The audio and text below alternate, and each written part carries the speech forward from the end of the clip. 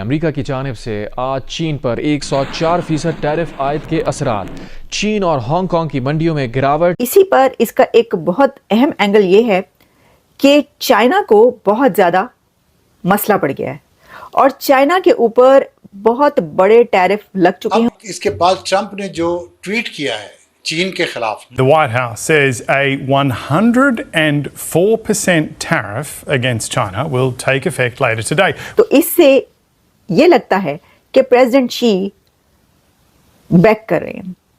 China is begging from India कि हमारे साथ ट्रेड टाइज और भी स्ट्रॉन्ग करो।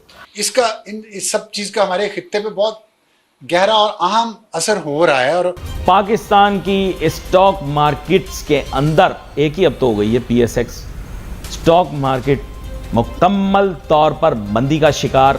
और सुन, पाकिस्तान स्टॉक एक्सचेंज में आय भौचाल आ गया है। ट्रंप टैरिफ ने दुनिया भर के स्टॉक मार्केट की तरह पाकिस्तानी बाजारी हिस्से में भी तबाही मचा दी। कारोबारी हफ्ते के पहले ही दिन स्टॉक मार्केट में 6000 से ज्यादा पॉइंट्स की कमी देखी जा रही है। और मेरी जो वार्निंग थी उसको इन्होंने उसका ख्याल नहीं किया, इस तरह की बातें की उसने। और जवाब में चीन जो है वो खामोश है। फिर वो हाथ जोड़ के भारत के पास आया। अक़वाम मुत्तहिदा की रिपोर्ट के मुताबिक पाकिस्तान में इस वक्त 11 करोड़ से ज्यादा लोग खते गुर्बत की लकीर से नीचे जिंदगी गुजार रहे हैं। ट्रेड वॉर शुरू हो गई है दुनिया में। बिल्कुल, जो ट्रंप ने टैरिफ लगाए हैं।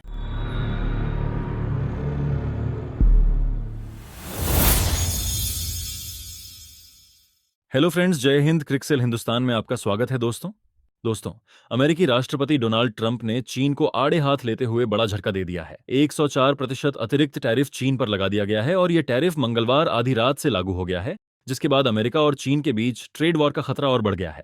2 अप्रैल को अमेरिकी राष्ट्रपति द्वारा टैरिफ की घोषणा करने के बाद चीन ने भी जवाबी 34% का टैरिफ लगाया था। इसके बाद ट्रंप ने चीन को धमकी दी थी कि यदि वे इस जवाबी टैरिफ को वापस नहीं लेते हैं तो उनके खिलाफ अतिरिक्त टैरिफ लगाया जाएगा। और अब ट्रंप प्रशासन ने वैसा ही किया जैसा उन्होंने धमकी दी थी। जैसे ही ट्रंप ने चीन पर 104% का टैरिफ लगाया, वैसे ही चीन की मार्केट क्रैश कर गई।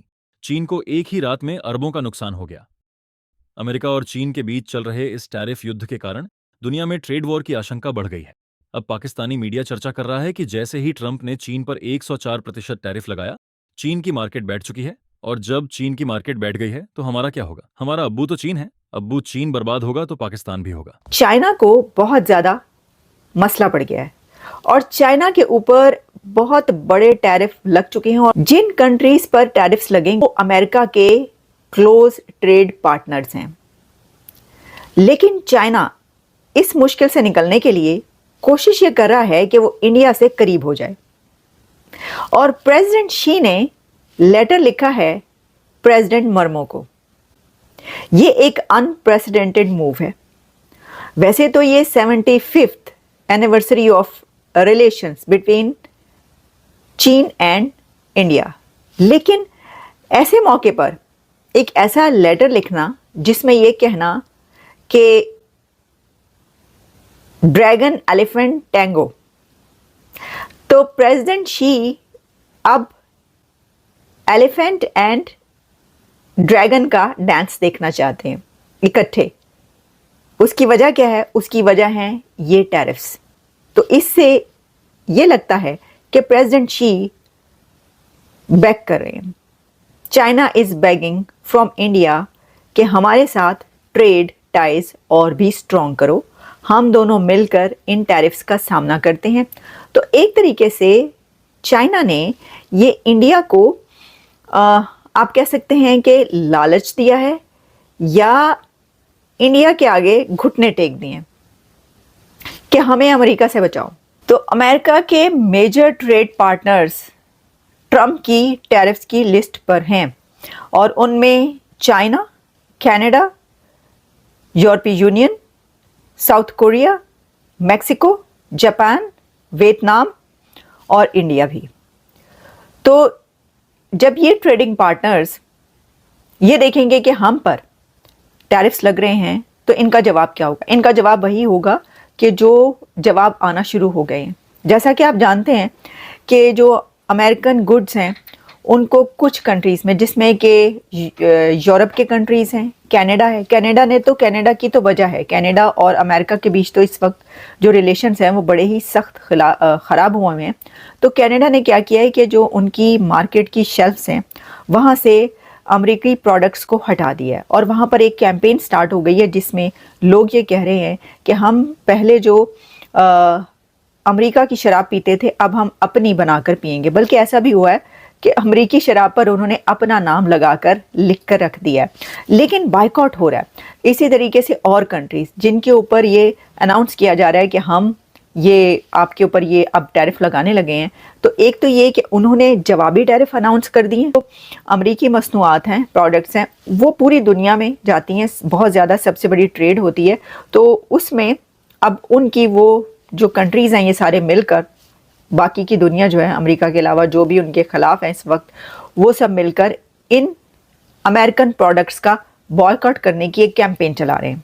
नाउ दिस इज़ अनबिलीवेबल, क्योंकि ये अगर होता है तो फिर उसको जो है वो कैसे रोका जाएगा। लेकिन अभी हम उस तरह बढ़ते हैं कि जो मैंने ये कहा कि एक ख़त लिखा गया, और शी ने जो ये लेटर लिखा है उसके अंदर क्या लिखा है, वो लिखते हैं both ancient civilizations, major developing countries and important members of the global south are both at a critical stage. The right choice for China and India to be partners of mutual achievement and realization the dragon elephant tango.